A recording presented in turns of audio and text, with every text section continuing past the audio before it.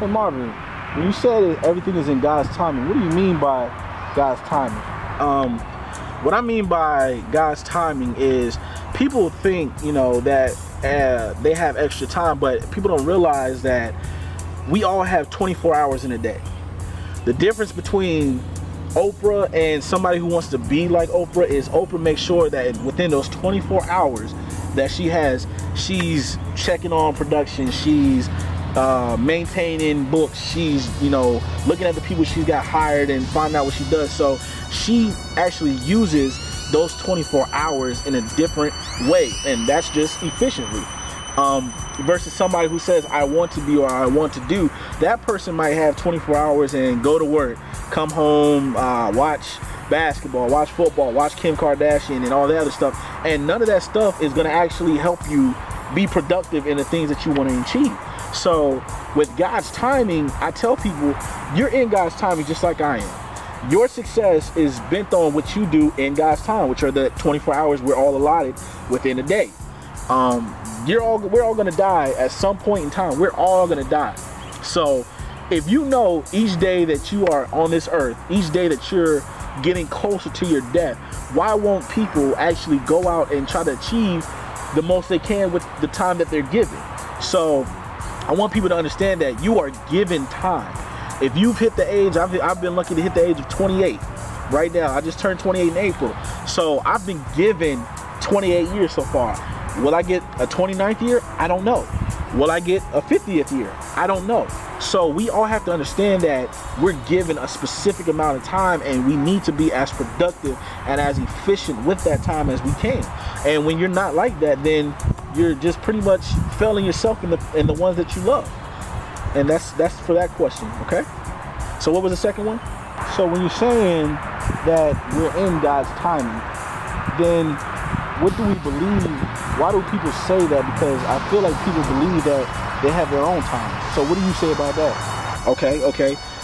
It pretty much goes back to what I was saying as far as people have a facade that they're on their own time. Yeah, you might be on your own time when you get off of work. You don't necessarily have to clock into a boss because, you know, you're able to go out and take care of, I don't know, getting groceries, you know, having a barbecue. It's Memorial Day weekend, having a barbecue with family, or going to go buy a pair of shoes because you need it, or whatever it might be. Yeah, you might be on your time in that aspect. But when you're talking about your lifespan is not your time, okay? Something could take you out any given day. You know, people who woke up that was in a disaster like the tsunami that hit Japan, I'm pretty sure they weren't thinking, oh, today's going to be my last day. You know, so with that being said, we have to actually remember that our time is God's time. So when it is our time to be called up, that's it. We don't have an extra second. You don't have an extra minute. You can't say, hey, God, I have $1 million. Let me buy 20 more years. It doesn't matter. Your time is something that is actually a false idea.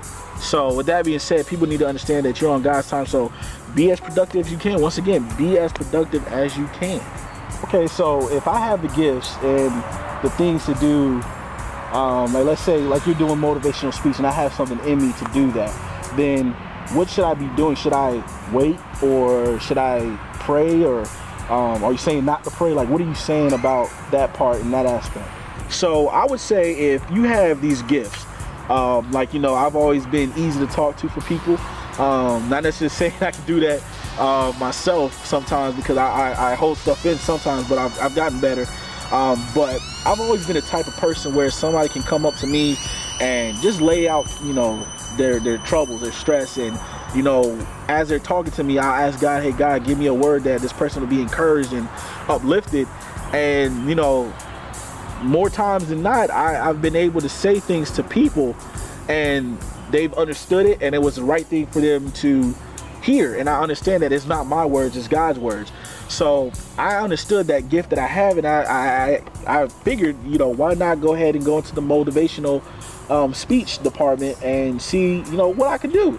And so far it's been a great deal. It's been a fun ride. I've got creative control over some of the things that I'm able to do.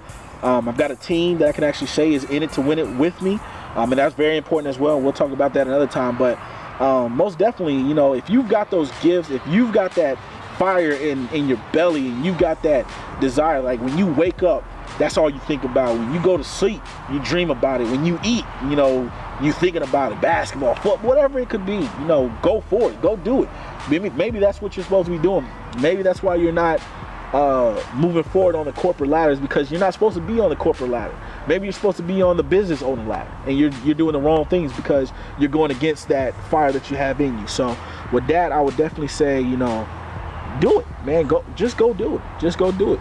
So, okay, I got what you're saying, timing, you know, the tools and all the intuition and everything else. So what would be your advice to the person that wants to go out and do something and seek, I guess you would say, advice, or want to just get started on something? What would you say to that person? I would say that sharpen your skills. Sharpen your skills. That's how you get started. I'll be doing a class next month about just speech and being able to make sure I connect to my audience and get my words out clearly, because sometimes I get excited and I'll mumble a little bit, or I'll jumble my words up sometimes. But most definitely, if you have a gift, the gift is only going to get you to a certain point. You have to sharpen those skills. You have to sharpen those talents, because somebody in the field that you want to go in knows something that you don't know, is better on you in some area that you might be weak in. So instead of getting upset, or instead of feeling like they're competition, go learn from them. So I would definitely start there. Sharpen the skills that you need. Find out classes that you might have to take, or whoever's coming in town is doing what you want to do, and read books. Definitely read. I can't stress that enough. Reading will put you on another plateau, because with reading, it unlocks everything. It makes you prepare, and prepare yourself as well.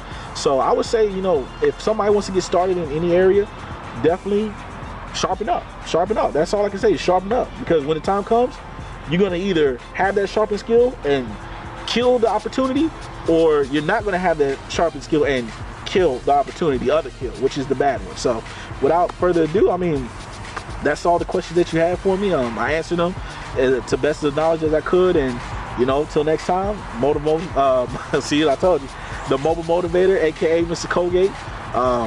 Definitely check out the YouTube channel. Mind Mandate is picking up steam, picking up friends on there and subscribers. My Facebook page is Marvin Fields, my real name. I am a junior, so give respect to my dad. And yeah, just check it out, man. That's it. Any other? We'll talk later. All right, cool.